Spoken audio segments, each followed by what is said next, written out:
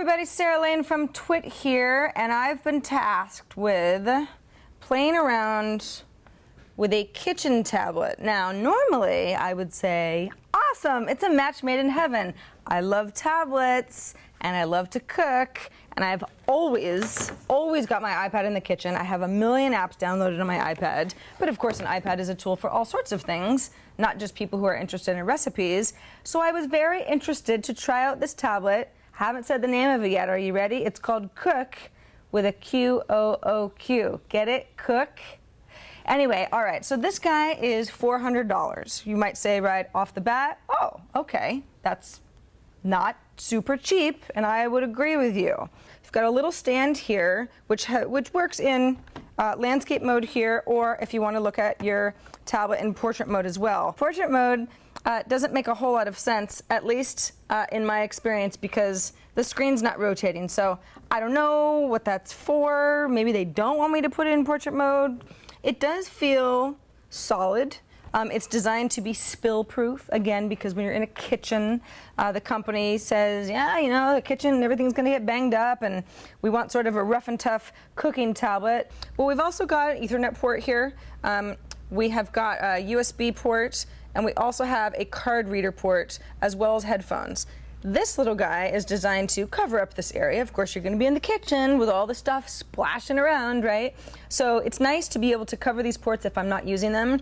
But this is such a pain in the butt to get on and off, because there are these little guys that have to go into these very small ports, and not fun. I don't like this, okay? Screw it. That's all fine and good. What about the software though, right? What's this going to give me that I can't get on my iPad, which works really well for cooking? So you've got your home area. I went ahead and signed up for an account. It's a little unclear what I'm really getting, but if I go ahead and look in my recipes area, I can look through new recipes. I can look through, by dish type, you know, if I'm in the mood for something that has cilantro in it type of a thing, I can look by ingredients. If I'm, you know, interested in some sort of an entree and maybe I need a little bit of help, I can go ahead and get to a point where I go zucchini and pine nut crumble.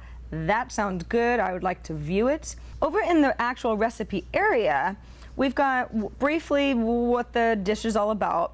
Then you have a preparation tab, which tells you how to make it. Then you have your ingredients tab. Now, assuming that you're going to read left to right in the tabs, it should be the other way around, right? I need to figure out what ingredients I need to assemble, and then I need to go into preparation. So what is nice is that it does have a utensils area, so I can go ahead and say, these are all the utensils that I need. Is this even something that I can create with the stuff that I've got in my own kitchen? So in general, a couple little things, but it seems to work out pretty well. Now here's another interesting thing. This says 2 credits for this recipe up in the upper right-hand corner. So when you sign up for an account, which I did, it gave me 100 credits. This is 2 credits. So it's going to take me a long time to run out of credits, but at that point, I'm expected to pay either a flat fee or a monthly subscription to have access to more recipes. That's already very strange to me. I have, again, iPad apps. How to Cook Everything is one that comes to mind that is really, really fully featured. They have new updated recipes all the time. The catalog is really big, and it was a $10 flat app fee. It seems like the recipes themselves are good. They've got different levels. If I'm sort of like, I don't know what I'm doing, please just give me a recipe that somebody without any onion cutting skills can do with flying colors. And then they have more detailed stuff. But it's set up a little strange. The software I find a little bit laggy. It's certainly not a Retina display or anything close to it. So you notice that right away.